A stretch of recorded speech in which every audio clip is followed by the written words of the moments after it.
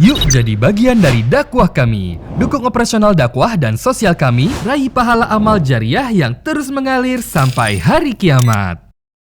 Assalamualaikum warahmatullahi wabarakatuh. Alhamdulillah wassalatu wassalamu ala rasulillah. Segala puji dan puja kehadirat Allah subhanahu wa ta'ala, juga salawat dan taslim kepada Nabi besar Muhammad sallallahu alaihi wa ala alihi wa sahbihi wasallam.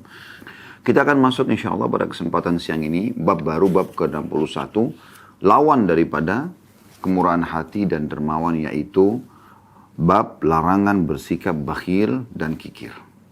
Jadi kalau sebelumnya kita menyebutkan tentang keutamaan kita berbuat kedermawanan, untuk berbuat kebaikan, bersedekah, memberi, dan sekarang kita akan coba mengorek lebih dalam lagi, atau tepatnya Imam Nawawi rahimahullah mengorek lebih dalam ancaman-ancaman bagi orang yang bakhil ataupun pelit. Beliau mengangkat dari pertama rahimahullah firman Allah subhanahu wa ta'ala di dalam surah Al-Lail ayat 8 sampai ayat 11 yang bunyinya, A'udzu billahi minasyaitonir rajim, wa amma man bakhila wastagna wa kadzdzaba bil husna fasanuyassiruhu lil usra wa ma yughni anhu maluhu idza taradda. Yang artinya, adapun orang yang kikir dan merasa dirinya cukup serta mendustakan pahala yang terbaik, maksudnya surga, maka akan kami mudahkan baginya jalan menuju kesukaran atau kesengsaraan, dan hartanya tidak bermanfaat baginya apabila dia telah binasa.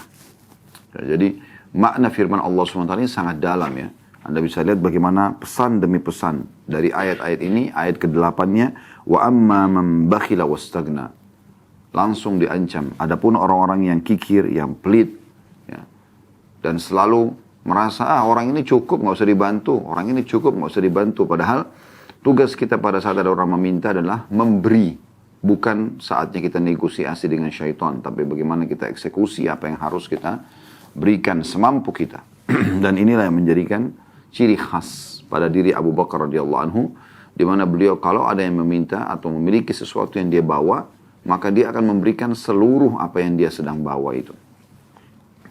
Kemudian dijelaskan di ayat ke-9-nya, yang membuat orang bakhil adalah wa kadzdzaba bil husna, karena memang dia mendustakan surga.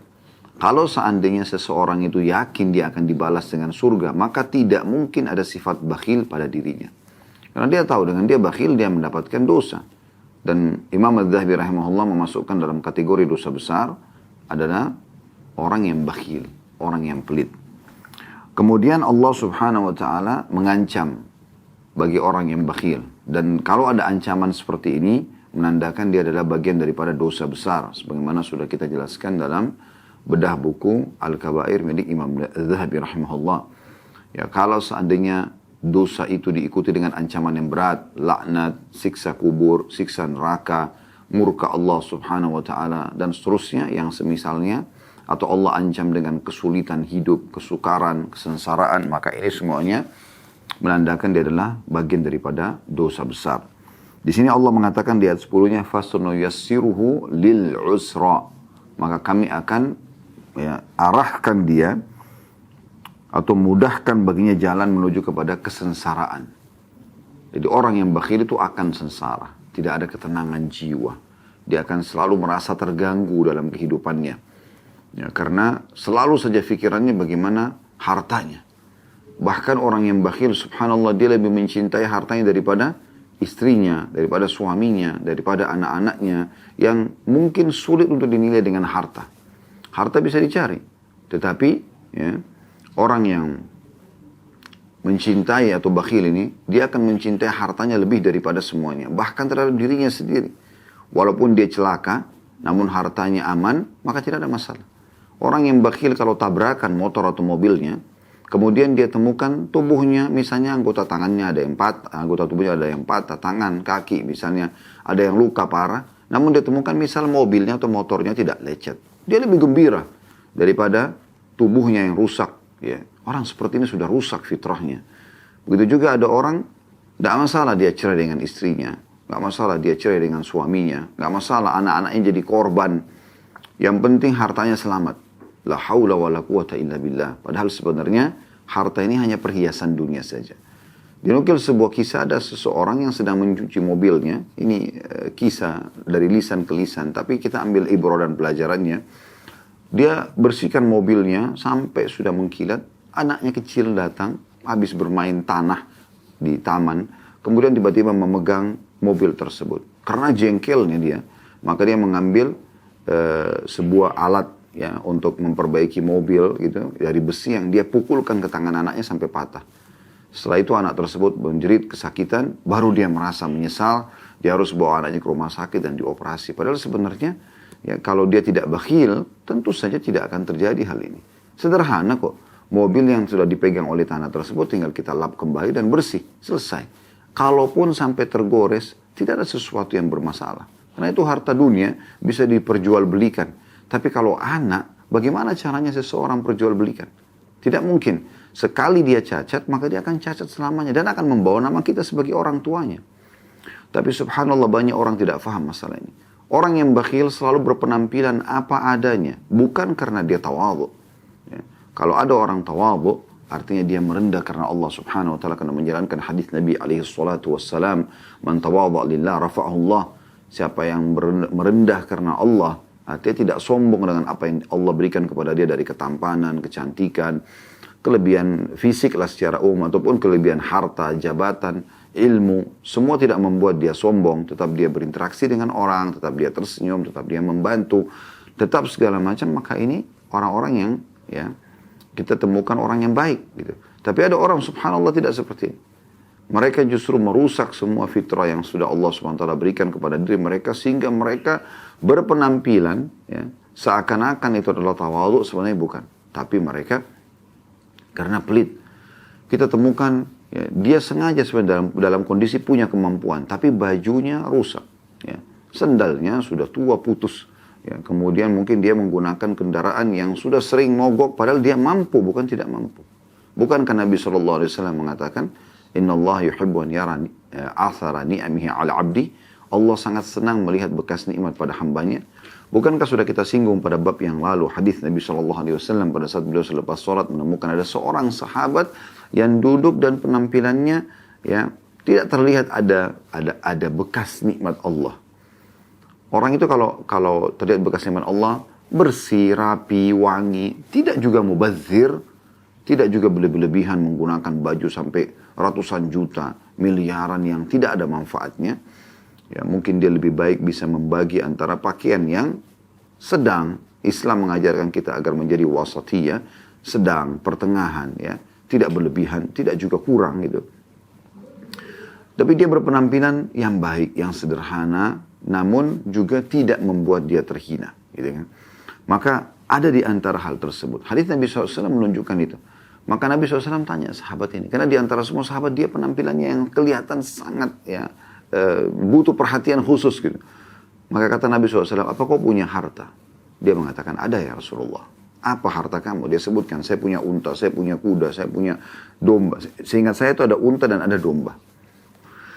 Disebutkan ada beberapa item gitu. Kata Nabi SAW, kalau begitu mana kau dari bekas nikmat Allah pada dirimu? Allah tidak pernah menyuruh kita kumuh, kotor, berantakan. Ya. Tidak terlihat bekas nikmat Allah subhanahu wa ta'ala. Kalau anda miskin berbeda.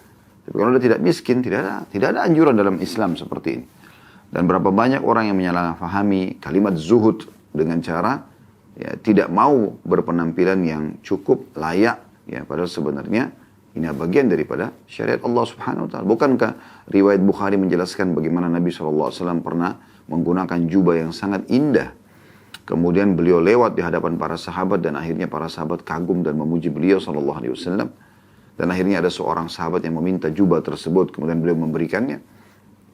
Nabi SAW memiliki beberapa pedang, perisai, baju perang. Beliau memiliki beberapa ekor kuda, unta. Ya. Beliau memiliki untuk setiap istri rumah. Ya. Walaupun rumahnya tidak besar. Tapi ada. Artinya cukup. Artinya cukup. Tidak berlebihan tapi cukup. Ya. Nah ini poin yang harus digaris bawahi. Subhanallah, orang yang bakhil sekali lagi diancam oleh Allah subhanahu wa ta'ala kesengsaraan. Dia akan menderita. Karena dia akan selalu berpikir dengan hartanya. Dalam kondisi tidur pun yang dipikirkan adalah hartanya. Kemudian selanjutnya Allah menyebutkan di ayat 11-nya, kalau orang-orang yang bakhil, yang sibuk menumpukkan terus nilai ya secara kuantitas hartanya di rekening banknya, hartanya menumpuk di safety box-nya di rumah misalnya, ya, tempat penyimpanan uangnya misalnya, atau yang semisalnya, maka Allah mengatakan wa ma yughni anhu maluhu idza taradda. Ketahuilah bahwasanya orang-orang seperti ini tidak akan pernah bermanfaat sama sekali harta dia setelah dia binasa. Makanya kita juga sudah membahas dalam hadis yang sebelumnya tentang kedermawanan hati dan tentang kemurahan hati dan kedermawanan. Kata Nabi SAW, siapa yang ingin agar harta dia cintai pada saat dia kelola dibandingkan dikelola oleh ahli warisnya. Maka sahabat mengatakan, ya Rasulullah, tidak ada seorang pun di antara kami kecuali dia ingin dia yang mengelola hartanya. Kata Nabi SAW, yang kalian sedekahkan di masa hidup kalian itulah harta yang kalian kelola sebenarnya. Dan tidak kalian nabung gitu. Kalian sibuk mengeluarkan di jalan Allah karena kalian akan bawa ketimbangan amal di hari kiamat. Dan yang dikelola oleh ahli warisnya setelah dia meninggal itu adalah harta ahli warisnya. Mereka yang kelola dan mereka kelola sesuai dengan apa yang ada di benak mereka. Mereka tidak akan berbuat amal lagi untuk si mayit kecuali sangat kecil sekali. Kemudian Imam Nawawi rahimahullah mengangkat dalil yang kedua, firman Allah SWT dalam surah At-Taghabun. Dan ini ayat perlu sekali untuk difikirkan baik-baik, direnungi, ditadabburi. A'udzu billahi minasyaitonir rajim, wa may yuqa syuhha nafsihi fa ulaika humul muflihun. Dan siapapun kata Allah SWT, dan barang siapa yang dijaga dirinya dari kekikiran, mereka itulah orang-orang yang beruntung. Dan siapa yang dijaga dirinya dari kekikiran, maka mereka adalah orang-orang yang beruntung.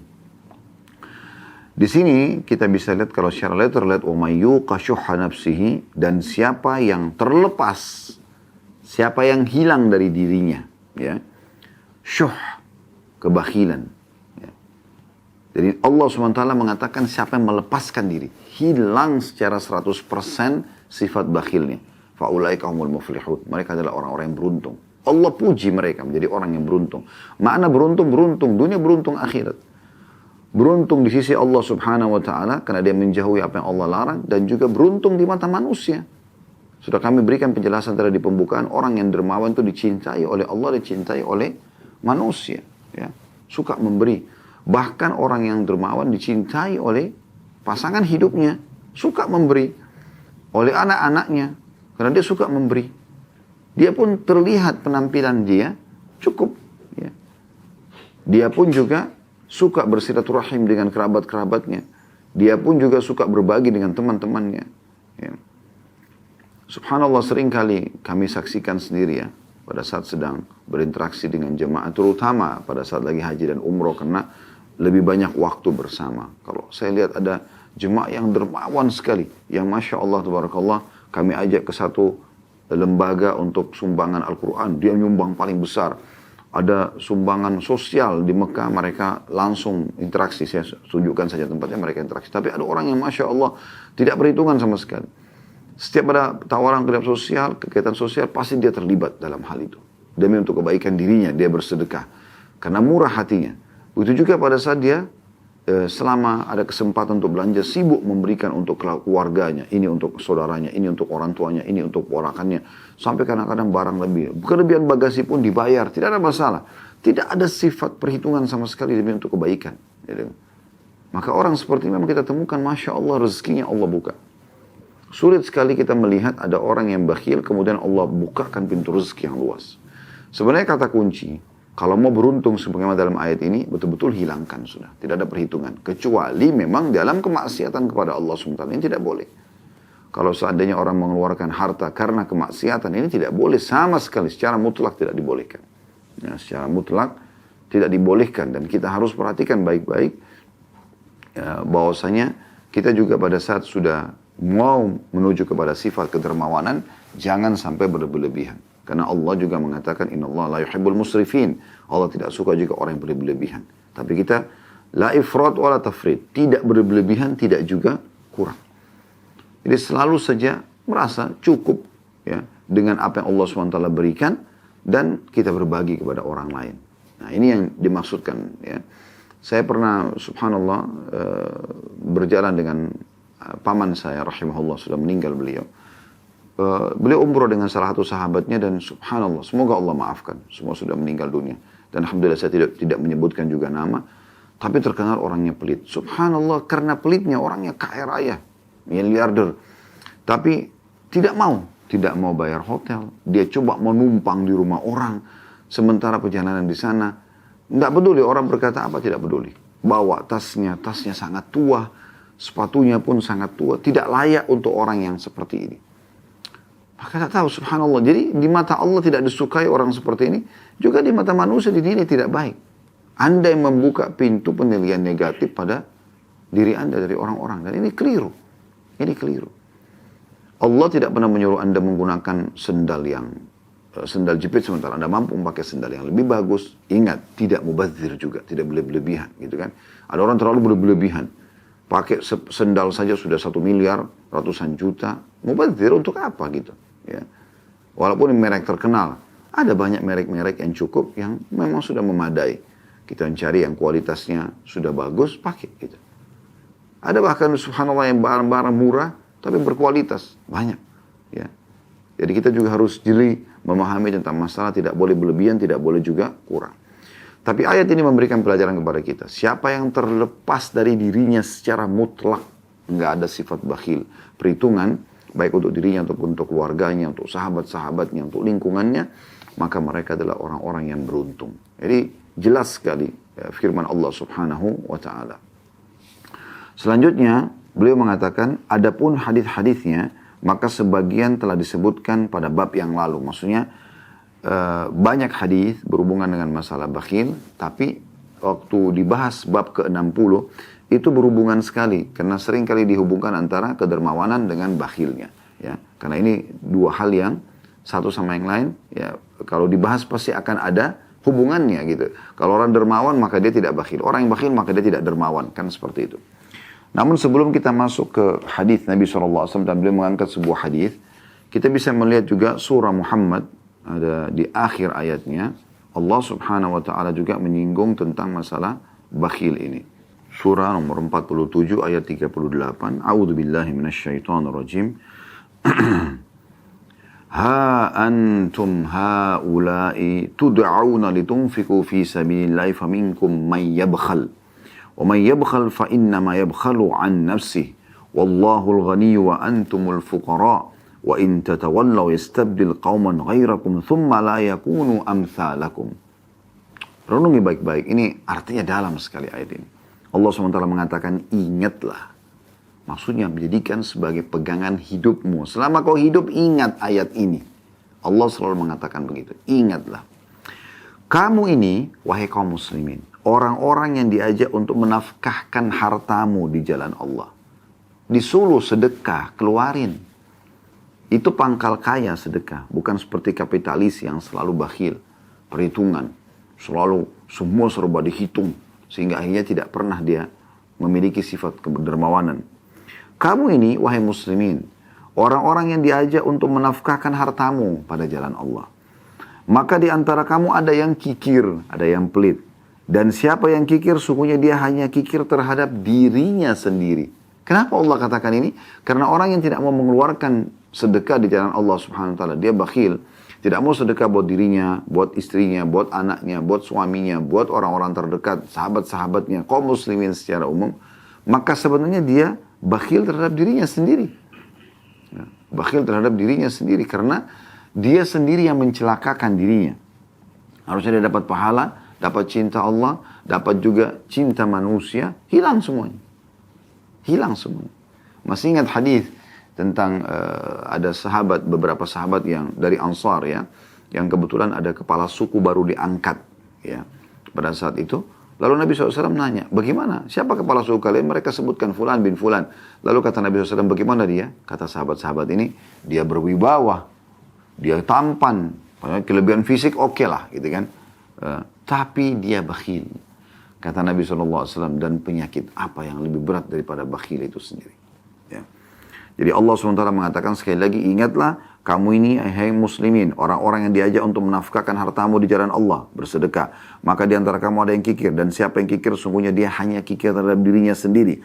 Dan Allah lah yang telah memerintahkan kalian agar jangan pelit, yang maha kaya. Artinya Allah akan berikan rezeki, kenapa harus takut?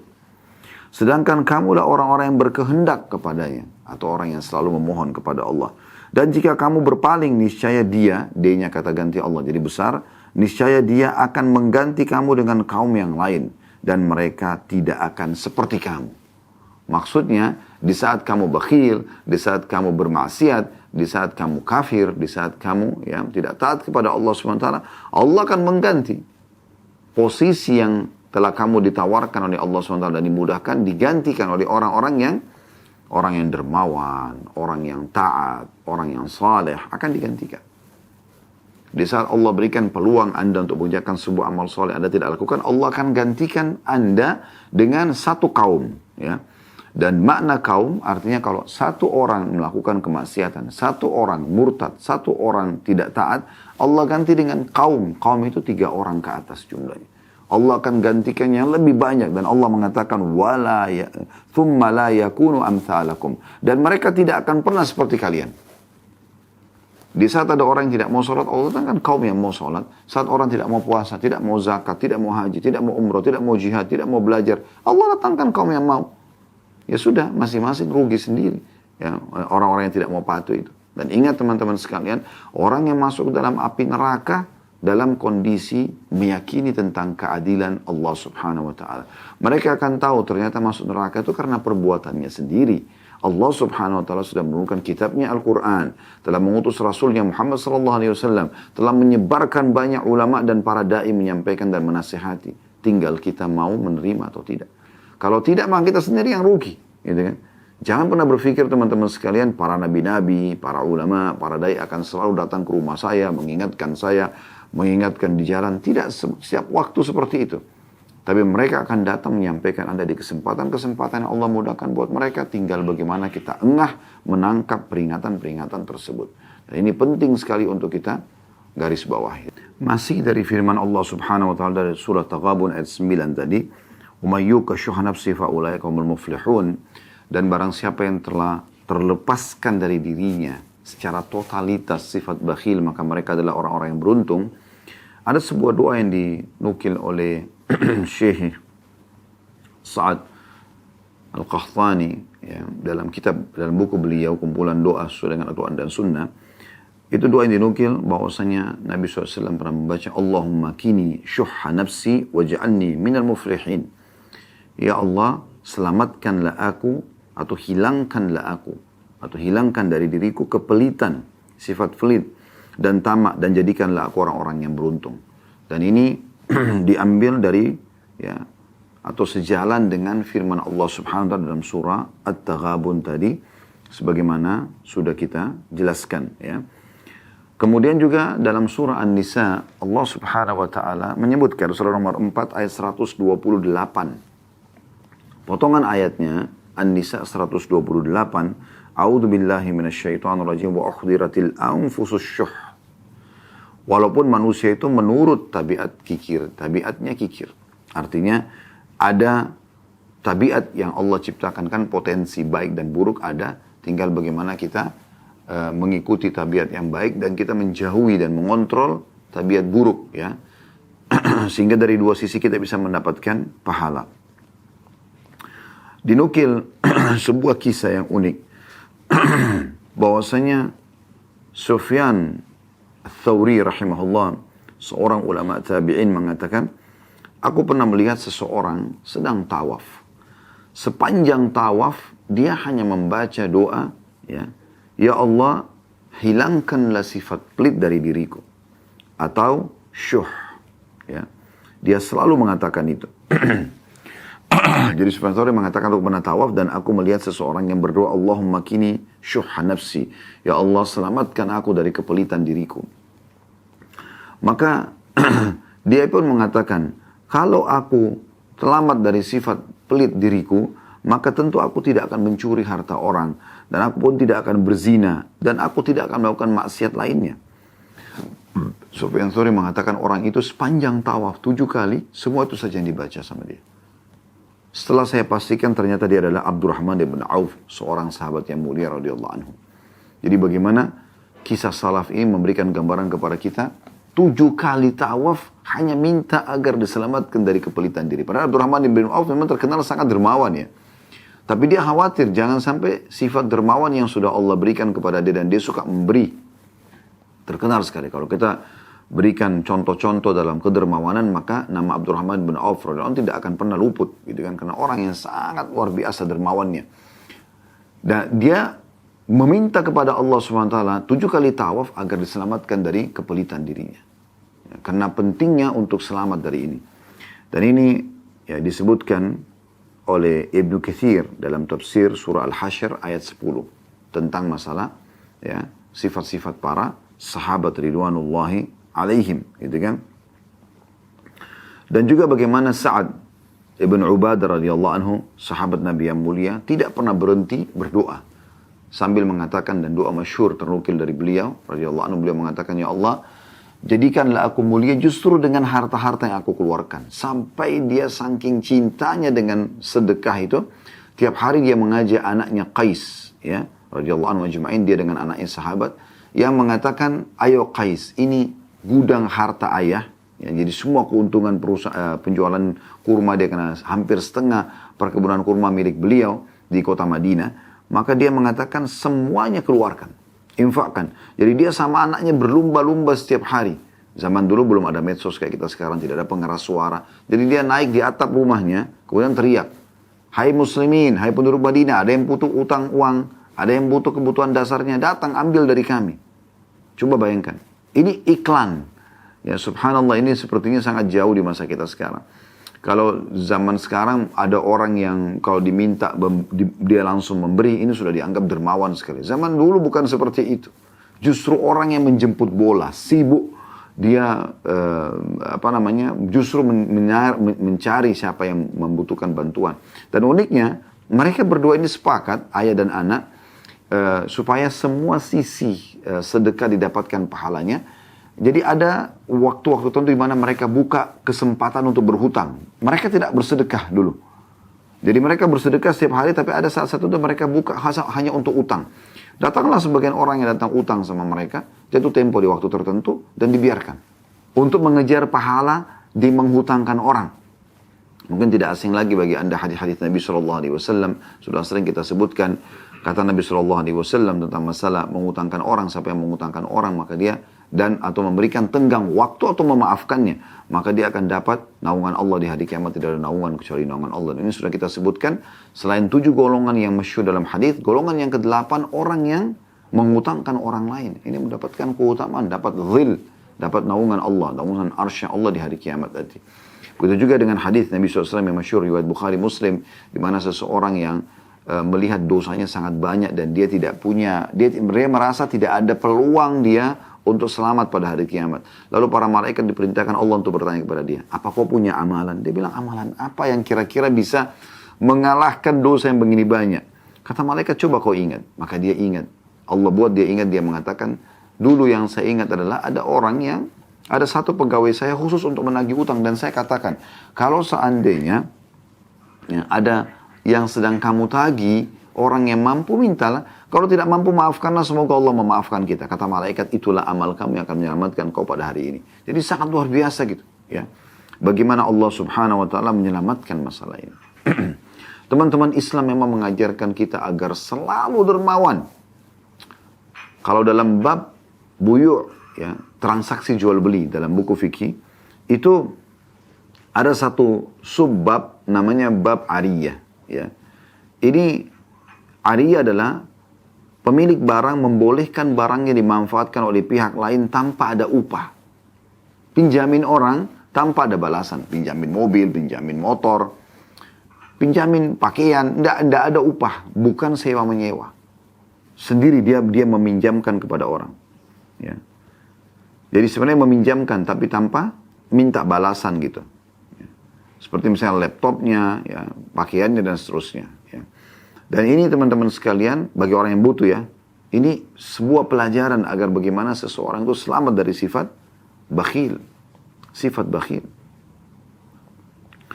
Dan sebagian ulama tafsir ada yang menjelaskan dari surah Al-Ma'un, ya, ayat 1 sampai ayat 7 saya bacakan dulu. A'udzubillahi minasyaitonirrajim. Ara'aita alladzi yukadzibu bid-din fadzalika alladzi yad'u al-yatim wa la yahuddu 'ala ta'amil miskin wa wailun lil musallin alladzina hum 'an salatihim sahun alladzina hum yura'una wa yamna'una al-ma'un. Tahukah kamu orang yang mendustakan hari pembalasan? Siapa orang yang tidak yakin dengan hari kiamat? Tidak yakin adanya surga sehingga dia mengejarnya. Tidak yakin ada neraka sehingga dia berhati-hati dari pelanggaran-pelanggaran. Tahukah kalian siapa mereka? Allah menyebutkan, itulah orang-orang yang menghardik anak yatim. Bukan justru membantunya, bukan memudahkan urusannya, tapi malah memarah-marahi anak yatim. Ya, anak yatim adalah anak laki-laki atau anak perempuan yang meninggal ayahnya dan dia masih belum balik. Dan tidak menganjurkan memberi makan orang miskin. Tidak pernah mau bersedekah untuk memberi makan orang. Ya. Tidak dermawan di sini. Ya. Itu orang yang mendustakan hari kiamat. Maka kecelakaanlah bagi orang-orang yang sholat, yaitu orang-orang yang lalai dari sholatnya. Ini tafsirnya, maksudnya orang sholat tapi suka menunda-nunda sampai akhir waktu atau keluar dari waktunya. Kemudian orang-orang yang berbuat riya dan enggan menolong orang dengan barang yang berguna. Wa yamna'unal ma'un. Ini saksi bahasan kita. Jadi tidak mau, selalu pikirannya kalau mau pinjamin orang harus ada manfaat tambahan. Apa ini? Ya, manfaatnya. Berteman pun hanya kepada orang yang bisa memberikan manfaat kepada dia. Dalam arti kata secara materi. Selama tidak ada manfaat materinya, udah nggak penting untuk berkenalan sama orang ini. Subhanallah, bukankah Islam menyuruh kita menjalin ukhuwah Islamiyah? Tanpa melihat jenjang sosial mereka, tanpa melihat fisik mereka. Bahkan yang selalu jadi tolak ukur adalah keimanan. Itu di benak setiap muslim. Oleh karena itu kita harus benar-benar memahami agama ini secara mendalam. Ini bukan main-main gitu.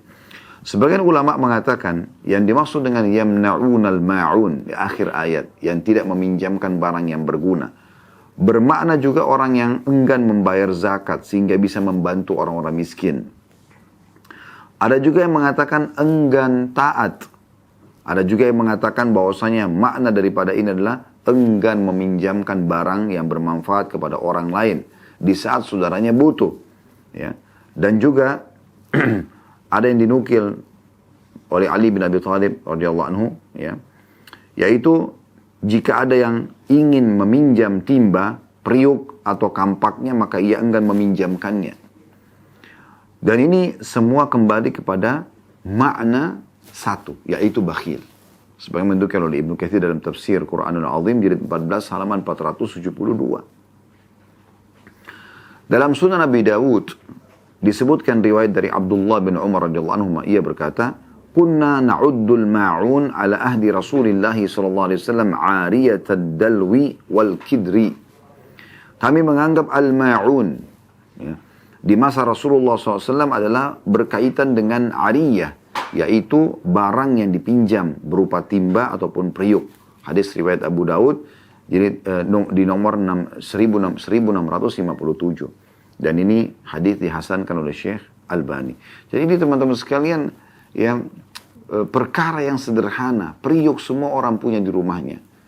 Timba semua orang pakai umumnya, gitu kan? Panci, gelas, sendok, ya. Dimulai daripada hal-hal yang kecil begini. Allah subhanahu wa ta'ala menghubungkan antara tidak maunya meminjamkan barang yang umumnya orang miliki ini, agar bisa bermanfaat untuk orang lain, ya. Itu adalah yamna'unal ma'un. Mereka mendustakan hari kiamat, dan mereka tidak mau meminjamkan hal-hal yang umum seperti ini, yang dibutuhkan oleh orang-orang. Jadi ini luar biasa ini, ya. Banyak orang tidak memahami tentang, ya, tafsir dan makna daripada ayat ini. Baik teman-teman sekalian. Abul Abbas Ibnu Taimiyah rahimahullah, ya, beliau punya satu statement yang menarik. Beliau mengatakan, keadaan baik selalu terlihat dari orang yang gemar berderma atau bersedekah. Dan keadaan buruk selalu terlihat dari orang-orang yang bakhil. Jadi keadaan yang baik, maksudnya ramah, ya, penampilannya bagus. Oh, itu dari orang yang dermawan. Karena orang yang dermawan itu tidak pernah takut interaksi sama orang. Tidak pernah takut. Ada orang justru dia senyum pada saat orang minta. Anda seperti apa nih kira-kira? Di saat ada orang minta, Anda cemberutkah? Sehingga Anda masuk dalam kategori bakhil yang dilarang? Atau Anda pada saat orang meminta, Anda tersenyum lebar. Anda bahagia sekali. Karena bisa berbagi dengan orang-orang tersebut. Ingat statement para salaf yang sudah kami sebutkan. Ya, sering kami sebutkan. Bagaimana mereka tersenyum lebar di saat menemukan ada orang yang datang meminta sesuatu. Lalu kemudian pada saat mereka pergi, dengan gembiranya orang ini, ya, yang bersedekah mengatakan, lihatlah, orang-orang ini pergi membawa amal-amal kita ketimbangan amal tanpa diupah sedikit pun. Apa maknanya? Maknanya adalah bahwasanya dia sekarang ngambil duit itu, uang itu, harta itu, misalnya kita kasih 1 juta rupiah. Secara kasat mata memang dia pergi mengambil uang itu. Tapi seorang mukmin menggunakan imannya. Dia memakai uang 1 juta tersebut, tapi kita mendapatkan nilai 1 juta itu, plus dilipat gandakan sampai 700 kali lipat. Tergantung kadar keikhlasan Anda yang Anda akan temukan nanti pada hari kiamat. Jadi sebenarnya dia cuma pakai untuk beli makanan, minuman, kebutuhan dia. Tapi sebenarnya nilainya sedang kita bawa menuju ke akhirat sana. Ini hal yang luar biasa. Jadi statement Syekh Islam Ibnu Taimiyah rahimahullah ini luar biasa unik gitu. Ya. Keadaan baik ya, selalu terlihat dari orang yang dermawan. Keadaan buruk selalu terlihat dari orang yang bakhil. Dan ini poin yang harus kita perhatikan baik-baik. Ada sebuah hadis Nabi alaihi salatu wassalam juga yang mengingatkan kepada kita. Dan hadis ini, ya, hadis yang sahih diriwayatkan Bukhari nomor 2917 dan Muslim nomor 1021. Kata Nabi SAW, "Mathalul bakhili wal mutasaddiqi kamathali rajulaini alaihima jubbatani min hadid. Qad utturrat aidihima ila tarakihima." Sebenarnya hadis ini sudah pernah kita sebutkan, tapi saya ulangi ya. فَجَعَلَ الْمُتَصَدِّقُ كُلَّمَا هَمَّ بِصَدَقَةٍ اتَّسَعَتْ وَانْبَسَطَتْ عَنْهُ حَتَّى تَغْشَى أَنَامِلُهُ atau أَنَامِلَهُ وَتَعْفُوَ عَثَرَهُ وَجَعَلَ الْبَخِيلُ كُلَّمَا هَمَّ بِصَدَقَةٍ قَلُصَتْ وَأَخَذَتْ كُلُّ حَلْقَةٍ بِمَكَانِهَا وَأَنَا رَأَيْتُ رَسُولَ اللَّهِ صلى الله عليه وسلم يقول بِإِصْبَعِهِ فِي جَيْبِهِ فَلَوْ رَأَيْتَهَا يُوَسِّعُهَا فَلَا تَتَّسِعْ. Perumpamaan orang bakhil, orang yang pelit, tidak pernah mau bersedekah, bahkan buat dirinya sendiri pun, ya, dengan orang yang dermawan, gemar bersedekah atau mutasaddiq, seperti dua orang yang masing-masing menggunakan baju jubah terbuat dari besi yang terpotong bagian lengannya hingga tulang selangka keduanya. Setiap kali orang yang dermawan hendak bersedekah, maka bajunya akan longgar dan akhirnya menutupi ujung kakinya dan bekas jalannya. Jika orang yang pelit ingin berinfak, baju besinya mengerut dan setiap baju besi tetap di tempatnya atau tidak akan melebar, tidak akan menutup tubuhnya. Lalu Abu Hurairah mengatakan, perawi hadits ini, aku mendengar Rasulullah SAW atau aku melihat Nabi SAW langsung, ya, sambil meletakkan jari-jarinya di sakunya, dan beliau berkata, kalau engkau melihat orang-orang bakhil melonggarkannya, niscaya sakunya tidak akan pernah menjadi longgar, tidak akan pernah menjadi longgar. Dan sekian banyak dalil-dalil yang berhubungan dengan masalah ini, ya.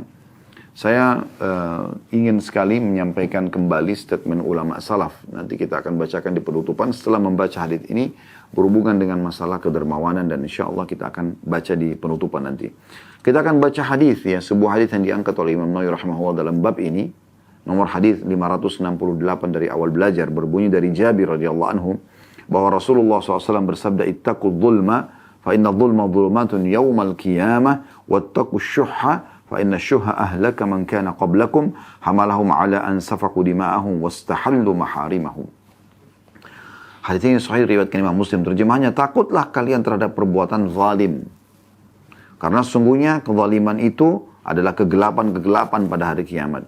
Dan takutlah kalian dari sifat pelit atau kikir, karena kikir telah menghancurkan orang-orang sebelum kalian. Karena kikir menyebabkan mereka menumpahkan darah, saling membunuh satu sama yang lain di antara mereka, dan menghalalkan apa yang diharamkan oleh Allah kepada mereka. Ya, jadi hadis ini pesannya sangat luar biasa dari Nabi alaihi salatu wassalam, kita ambil dua peringatan di sini. Yang pertama adalah potongan Nabi SAW, ittaqul zulma fa inna zulma zulumatun yawmal qiyamah. Takutlah kalian, hati-hatilah kalian, jauhilah oleh kalian kezaliman. Kezaliman adalah tidak memberikan hak orang lain atau mengambil yang bukan haknya. Dua sisi terhitung kezaliman. Tidak memberi hak orang lain atau mengambil yang bukan haknya.